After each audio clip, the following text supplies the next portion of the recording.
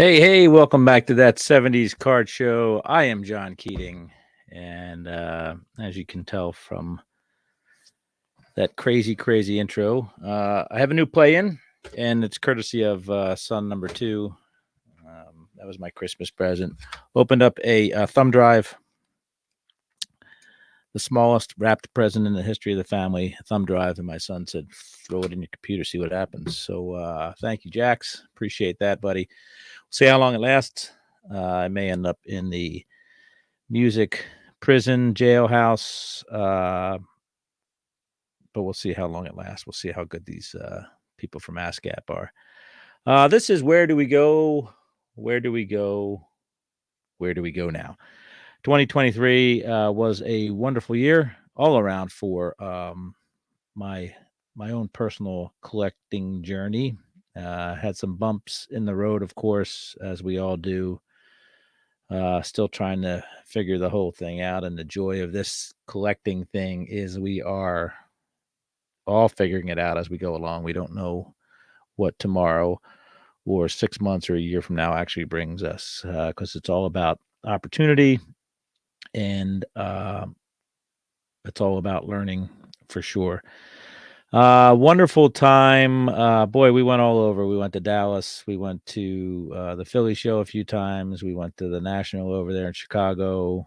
And I've been to card stores all over the country. I will tell you that my favorite part of the hobby for me probably is buying bulk collections. It's something that not a lot of people do, I guess, or the people that do buy bulk collections are probably looking at it as a hustle. I have a bit of a unique perspective and a different path that I take, and we'll go over a little bit of that in a second. You've heard it before, but we'll do a recap here. Like my friend out there in Yinsburg, Dean, I do collect it all. So that my method of collecting seems to work for me, and it helps. I think it helps grow not only my collection but expands my my collecting mind. It collects the mind as well, I guess, and it also lets me again learn more and maybe bump into other people that I normally wouldn't bump into in our the big old collecting banquet hall that we all kind of celebrate in. One thing that does bother me, and it's I guess it is Festivus, but one thing that I find vexing is those posts that pop up on Facebook or Twitter from time to time that say, "Hey, I'm thinking about getting into vintage. What should I collect, or where should I start?" And while the intentions are usually good for those people that are making those posts, the OP, as they would call them, the original poster, I do, where in life would you say, I'm thinking about doing this. What should I do? Or where should I start? I know that sounds, you're going to give me a bunch of examples, but if you were to decide one day you were going to find yourself a bride, would you post something on Facebook and say, "Hey, thinking about getting married. Where should I start?" Or, "Who should I get married to? Thinking about going to college. Where should I go to college?" It's a unique experience collecting. So I don't understand.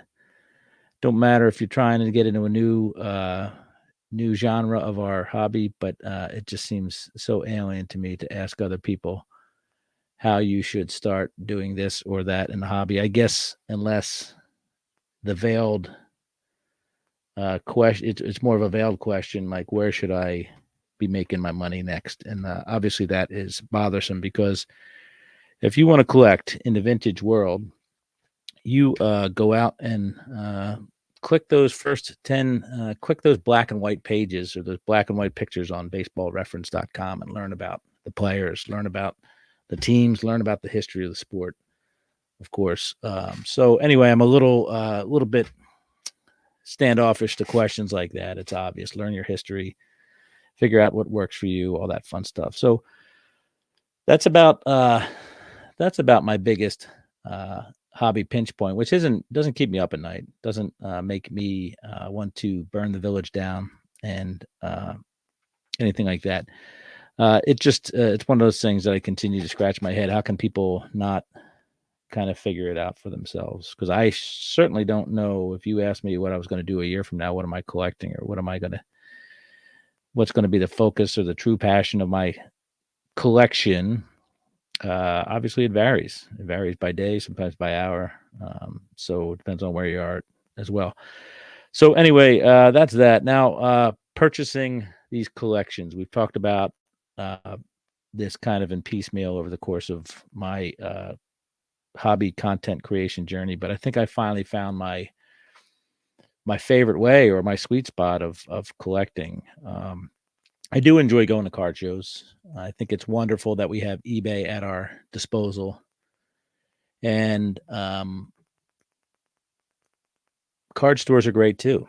No matter where you are, card stores are great. But I can't help think that, well, I resign myself to the fact that I'm never going to win a deal at a card shop, or I'm never going to win a deal at a card show.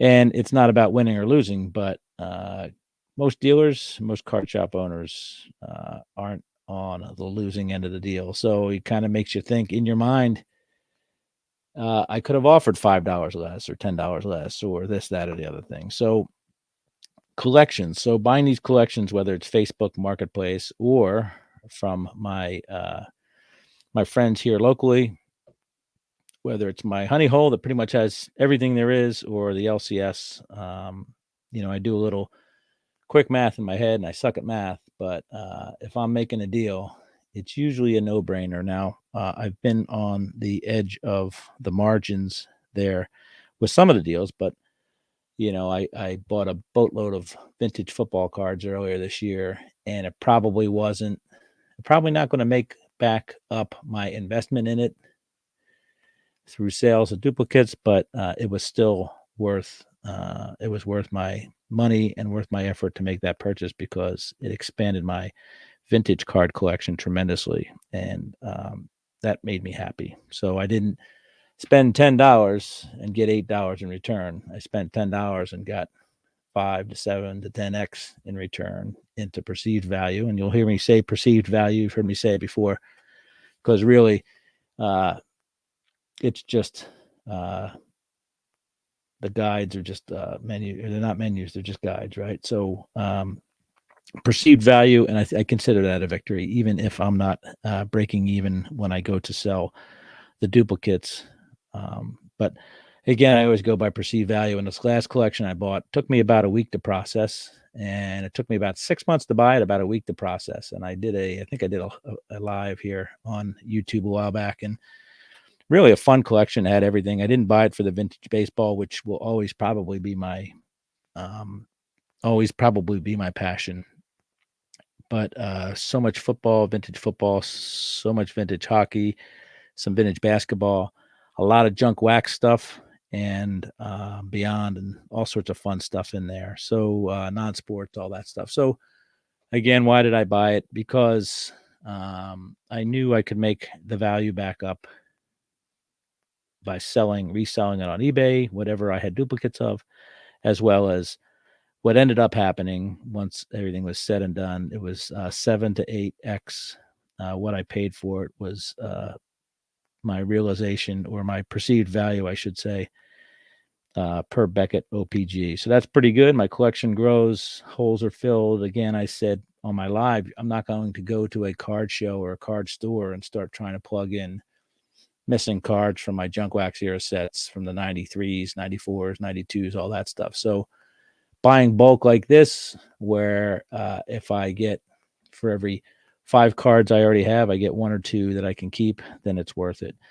I've already made up that value on resales on eBay already for what I paid for that collection. So again, just a huge win. And I think that's kind of my niche right now, adding a couple thousand cards to the collection, and ending up with some duplicates, of course, but also ending up with some stuff that I may have to just write off, meaning I'll trade or sell on Facebook Marketplace for dirt cheap for half a penny each. Anyway, I'm that's me. That's my jam right now, and I think I'm doing very well. Of course, the collections. It's not like you could pick one off the tree every week. They're few and far between, but when you do get one, it's quite a lot of fun. But that's if you are a particular collector. And to quote a copyrighted phrase or trademark, I guess it's copyright. It would be, "Yep, I collect it all." So anyway, that's me. Part of that thing too is, I guess, the market you're in, right? So if I were to consistently buy from my local my local card shop a bunch of vintage football that he can't sell in his shop, then it makes sense to sell it to me, get what I need, and then I take it out on eBay on a national level and have buyers all through the country. So it's kind of like a buy local, sell nationally type thing, and that seems to be working as well. A lot of vintage football fans out there. May not be in my area, although the Philly show does have tables that are loaded with vintage football. But it's fun to, like I say, buy local um, and sell on a national level. So I'm finding those buyers that my LCS can't find, and it's a fun little hack that I've been able to take advantage of while again growing my collection and filling my voids. So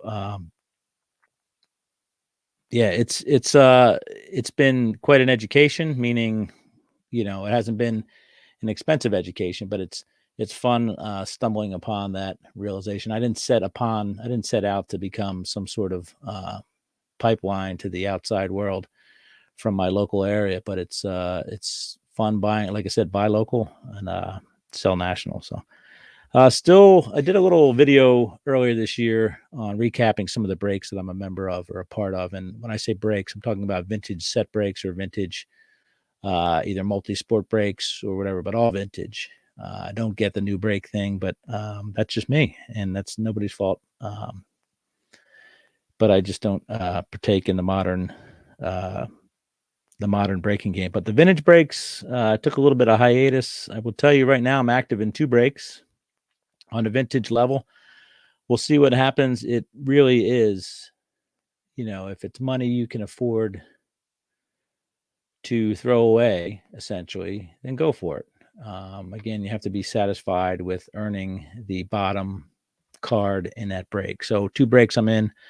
One's an easy one. It's a 55 tops. I am pretty far along in my 55 tops set, but I am missing some key cards, like Jackie and Ted Williams and Roberto Clemente and Killebrew and stuff like that. I have a lot of 55s. I have most of the set. I would say between 80 and 90% of the set, but missing some key cards there, which will be difficult. So, hey, why not throw my hat in the ring on a break, reasonably priced break, and see what happens. So, waiting for that break to fill up. The other break that I'm in is a it's a baseball break. It's a vintage baseball break, but it's not a set break. So it's a massive, massive break. I think the top card in the break is valued at close to 6 figures. So it takes a while for those things to fill up. Again, if you're willing to let go of a little money every now and then, just don't be disappointed. So I'm after, I don't know, 6 to 8 to 9 months of not doing any of the vintage breaks, I've thrown my hat again into those circles just briefly. So we'll see what happens. I'm not diving in too deeply with that, but I'll keep everybody posted. Looking forward to showing you my 1954 Bowman Commons that I win. So where am I going from here? I think it's going to be more of the same, 2023.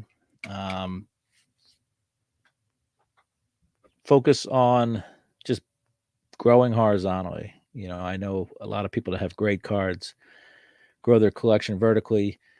Brilliant examples of hard to get cards, hard to get sets, expensive cards, all that stuff. And I admire those folks for having a singular focus to knock that out. But it's really not my thing. I think over the last couple of years, I've tried out a few things. In fact, I was at one point going to sell every card post maybe 80.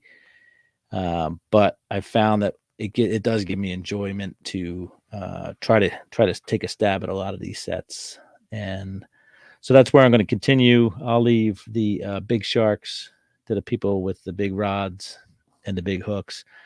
I'll still try to pick up, you know, Stadium Club Jim Abbott's of the world and stuff like that. So um, that gives me enjoyment and that gives me satisfaction. And part of that is, again, I put everything into those boxes and they don't leave the basement after that. And that's the joy I get. I enjoy slot and card 261 in between card 260 and card 262. It's just a thrill that I get, that I have, and it means I'm never going to be done. And which is odd because I'm a goal oriented person. But with that said, um, going counter to how I normally live my life, it's to me that works in the hobby world because it gives me enjoyment, and that's what this is about. It's about enjoyment, and the joy of collecting and meeting people and learning. Like we said, it's the same old lessons. If you get back to most people, what they find uh, entertaining or enjoyable about this hobby is the same things over and over again. It's people and learning and acquiring and all that stuff. So um, the modern I started this year. I was part of I believe Hobby Hotline, and this is a complete shifting of gears. I know that, but I was part of Hobby Hotline, and what I as my time went on with Hobby Hotline, it pretty much expended all my opinions, and there was nothing left to talk about. And of course, I just don't care what happens from here on out with the manufacturers and all that stuff that happens. It just doesn't pertain to me. So trying to keep up with that stuff took up too much of my energy, too much of my time, and kind of why I backed off there. And I've completely backed out of pretty much the modern situation. If I need to buy cards at this point, I bought a couple boxes this year, way on early. I don't think I bought a box of cards though in probably since July. If I need to get something, I'll go on Mike O's show on Tuesday night, and I'll pick up some of the dead guys, as I like to say, in the modern sets, and that's enough for me because just see this cycle of people in tall towers trying to tell people in the streets how to collect and what to collect, when to collect, all that stuff. And too many people are driven by what they are told instead of what they feel or what they discover on their own. And there is a division. There will be a division forever in this hobby of people like myself and the modern collector. And there are some gray areas in between, and part of that is bridged by the folks from the junk wax era. But again, not everything is dollar bills to some of us. And the secondary market was created, or actually this hobby was created organically by the people in the streets, the kids, and then the kids who grow up. And it will never be tamed and never be conquered. And we see a lot of these firms trying to do that, trying to take control of the secondary market. Not going to happen ever. And I won't fight it. I won't fight their attempts anymore because it's just a waste of my energy to really care what these companies are doing. But why are we getting so jazzed up time after time after time over what the man in the tower is telling us what to do? Just don't let them take control of your collecting. Anybody in this hobby or in this industry that tells you otherwise is just stopping by, and let them have their time, and then they can move on. So doesn't mean I won't purchase again those singles from Mike O, whether it's Archives or Heritage. Doesn't mean I won't pull a Mike Moynihan and buy the factory set every year. That seems to be the play at this point for me to make, instead of opening boxes of cards that they're making more and more difficult for the consumer to enjoy through various scandals and packing methods and all that fun stuff. So don't care about any of that anymore so much. So it's kind of not trying to be preachy, but it's kind of liberating not to have to worry about that stuff anymore. And I wish somebody had knocked me up over the head a while ago. Instead of I'm a natural contrarian, I guess. I'm a natural disruptor, and me thinking that I could have an effect or an impact on a direction the hobby's going that isn't necessarily the healthiest direction is kind of naive on my part. So away we go. Sleep well at night. Dream about my cards, and not worry about anybody anywhere nudging me in a direction they want me to go. So we talk a little bit about connections in the hobby. It's talked about over and over and over again. I've talked about it. So it's amazing how many people collect differently, yet get along so well. And that's a testament, obviously, to the hobby. That's a testament to the history of all sports that we collect. And really, where else can you have that much fun? You don't have Chevy people and Ford people kumbaya around the campfire, right? Mortal enemies. That happens in our hobby, though, with the set collectors and the big game hunters and all that stuff. We all have a commonality. Again, the history and the players, these little guys that throw a ball around, whether it's on AstroTurf or grass or dirt. It's probably the biggest gift I've received since turning on this microphone and being fully immersed in the hobby. So that's appreciated, of course. I continue to expand. I continue to learn my collecting style. Again, I'm not a big hockey fan, but I can kind of appreciate some of the history, right, with the original six.